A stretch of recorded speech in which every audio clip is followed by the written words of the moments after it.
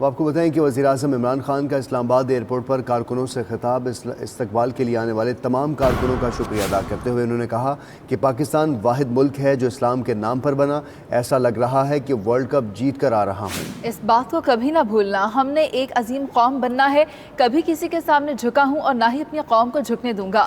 کسی طاقتور کے سامنے جھکنے سے قوم نہیں بنتی، ہمیں ایک خوددار قوم بننا ہے۔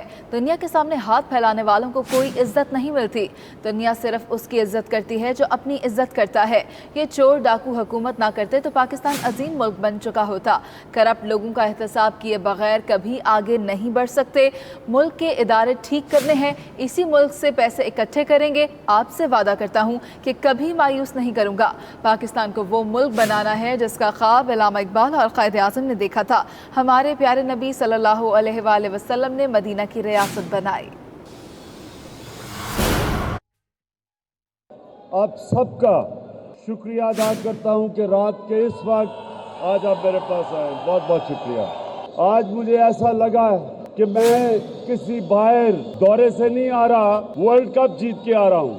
آپ ایک اس ملک کے شہری ہو کہ اللہ نے وہ واحد ملک بنایا تھا جو اسلام کے نام پہ بنا تھا۔ سب اس چیز کو کبھی نہ بھولنا کہ ہم نے ایک عظیم قوم بننا ہے، ہم نے وہ ملک بننا ہے جو ایک بہت بڑے عالم علامہ اقبال کا خواب تھا، اور ہمارا ایک بہت عظیم لیڈر قائد اعظم تھے۔ جو ملک ان کی خواب تھی وہ ملک بنانا ہے ہم نے پاکستان کو۔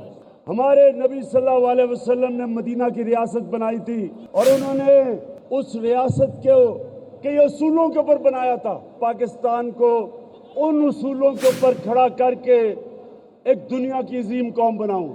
میں آپ سے وعدہ کرتا ہوں آپ کو کبھی مایوس نہیں کروں گا۔ جب تک جن لوگوں نے اس ملک کو بینکرپٹ کیا، اس ملک کو مقروض کیا، جب تک ہم ان لوگوں کا صحیح معنی میں احتساب نہیں کریں گے، ان کو جیلوں میں نہیں ڈالیں گے۔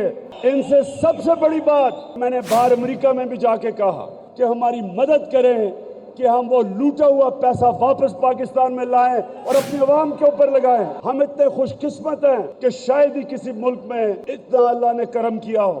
ہم نے اب اس ملک کے ادارے ٹھیک کرنے ہیں، جو ادارے ان ڈاکوؤں نے تباہ کیے تھے چوروں کو اوپر بٹھا کے، تاکہ یہ ان اداروں کے ذریعے پاکستان کو لوٹ سکیں۔